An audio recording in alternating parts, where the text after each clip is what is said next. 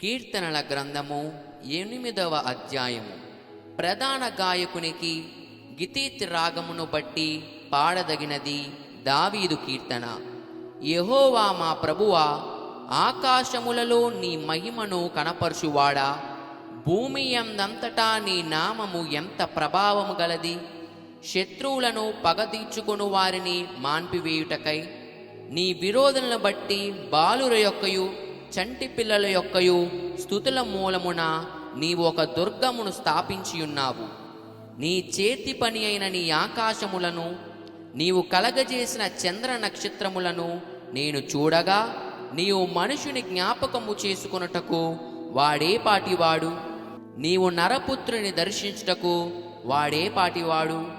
దేవుని కంటే వానిని కొంచెము తక్కువ వానిగా చేసియున్నావు. మహిమా ప్రభావములతో వానికి కిరీటము ధరింపచేసియున్నావు.